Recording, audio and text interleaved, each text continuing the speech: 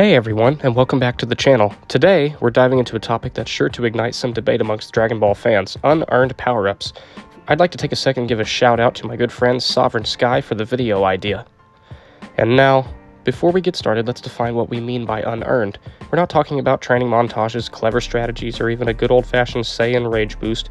We're talking about power increases that seem to come out of nowhere, lacking sufficient explanation or justification within the established rules of the Dragon Ball universe. Now let's kick things off with Namekian power boosts. For example, these Namekian power boosts can be particularly perplexing. While Piccolo's various fusions and absorptions certainly made him stronger, the sheer magnitude of some of these increases felt somewhat unexplained. Nail, a relatively weak Namekian warrior, fuses with Piccolo and suddenly he's a match for Frieza's second form? That's pretty crazy. How does that even work? What is the multiplier of those fusions? And then Piccolo ends up fusing with Kami, and again, gives him another massive jump, where he's even able to contend with first form Cell, Imperfect Cell. While Namekians clearly have unique abilities, these boosts often seem more like a plot convenience than logical progressions of power. I mean, it's not like Piccolo earned these power increases. He's always been a rigorous trainer, but the thing is that he just absorbed another Namekian and got a power increase from that, and it's just a fusion, just like the Metamorum fusion or the Potara fusion. And we even see this in the Universe 6 Saiyans. The Universe 6 Namekians. They literally fused with their entire race to where there was only 2 of them, and they were so powerful as a result. But it raises the question, is there a limit to how much power a Namekian can gain through these methods? And if so, where is that limit? Where do we go from there? Let's transition over to the Buu saga, which is a playground of sudden power shifts in of itself. Majin Buu's many transformations, while visually distinct and often hilarious in some form or aspect, sometimes lack internal consistency. I mean, he absorbs characters and gains their powers, but the way he goes about gaining those powers and the extent of the boost he receives can feel arbitrary in some ways. Sometimes he gains a subtle edge, other times he becomes drastically more powerful. It's hard to pin down any clear rules, and let's not forget Mr. Satan. While his power is mostly played for comedic relief, his occasional bouts of incredible luck against overwhelmingly powerful opponents can be seen as a distinct kind of unearned power-up, so to speak. It's less about physical strength and more about narrative convenience in the case of Mr. Satan, but it still raises questions about the balance of power within the story itself. The way that Majin Buu goes about gaining these substantial power increases are not earned in any way, shape, or form. He literally steals the power from the person that he absorbs, such as when he fused with Gohan and created the subsequent fusion of Buuhan, which took the power of Vegito to stop him. And then there's Gohan's mystic form, or the ultimate form.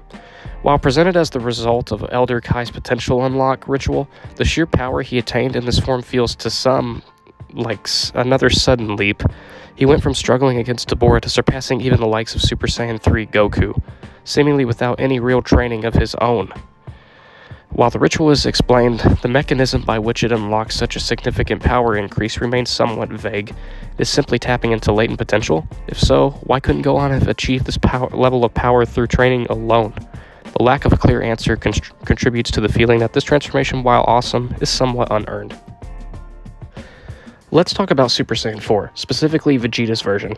While Goku achieves the form through a controlled transformation after becoming a Golden Great Ape, Vegeta's path is, well, different to say the least. He achieves it through a combination of Bulma's Blitz Wave generator and a Saiyan's Pride.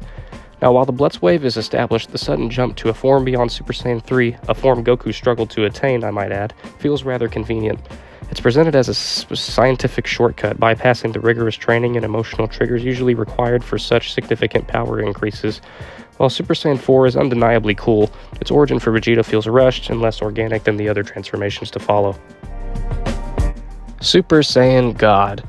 This form, which is achieved through a ritual involving 5 pure-hearted Saiyans, is undeniably powerful to say the least, but the ritual itself, does it really justify the massive power jump? 5 Saiyans briefly lending their energy seems a little convenient, especially considering the power Goku achieved afterward. It feels more like a shortcut to godhood rather than a hard-earned ascension, such as when Vegeta trained to become a Super Saiyan God, not having even been exposed to God Ki at the time.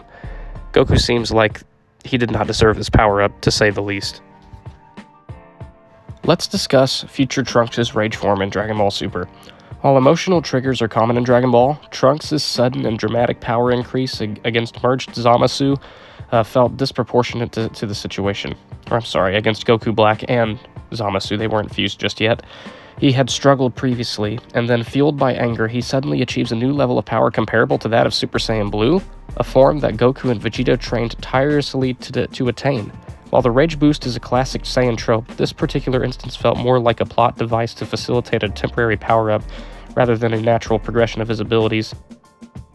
Now let's talk about some more recent examples, such as Caulifla's rapid progression to Super Saiyan in Dragon Ball Super. It raised quite a few eyebrows. She achieved the form with seemingly little effort, bypassing the years of struggle and character development and near-death experiences that Goku and Vegeta both endured.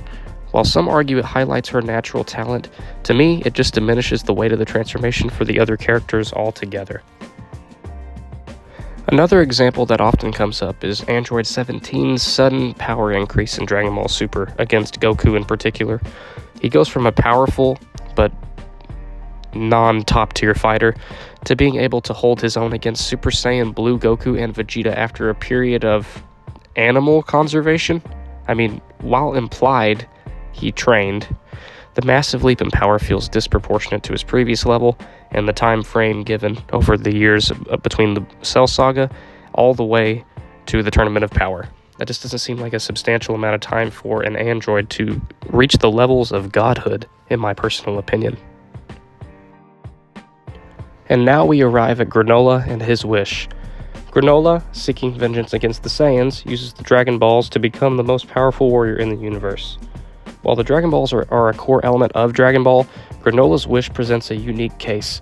He essentially buys power, instantly surpassing decades of training and experience accumulated by characters like Goku and Vegeta.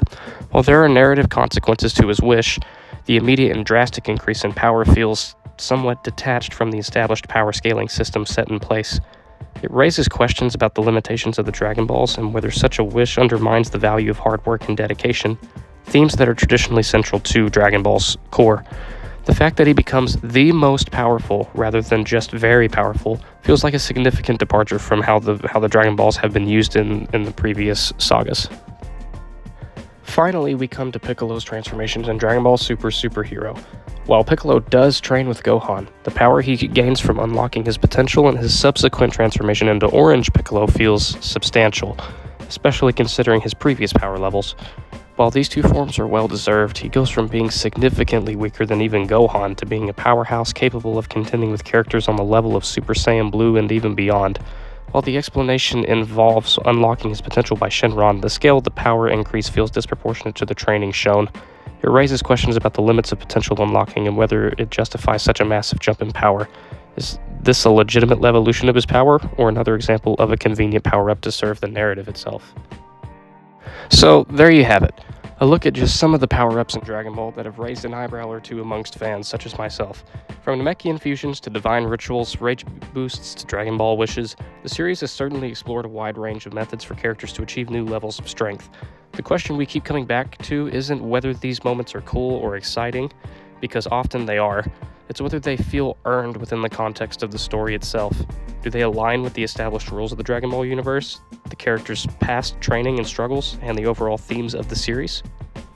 Ultimately, the concept of an unearned power-up is subjective. What one fan considers a jarring plot convenience, another might see as an acceptable narrative shortcut. There's no single, definitive answer, and that's part of what makes these discussions so engaging and interesting. The Dragon Ball universe is constantly evolving, and with that evolution comes new interpretations of power, new transformations, and, inevitably, new debates. So what do you think? Which power-ups do you consider unearned? Let me know in the comments below. I'd love to hear your perspectives and get a conversation going. Did I miss any examples? Do you disagree with my assessments? Let's talk about it. Thanks for watching. Don't forget to like this video, subscribe to the channel for more Dragon Ball discussions, and hit that notification bell so you don't miss out on my future content. Until next time, keep training, or, just keep watching. Have a great day, and goodbye.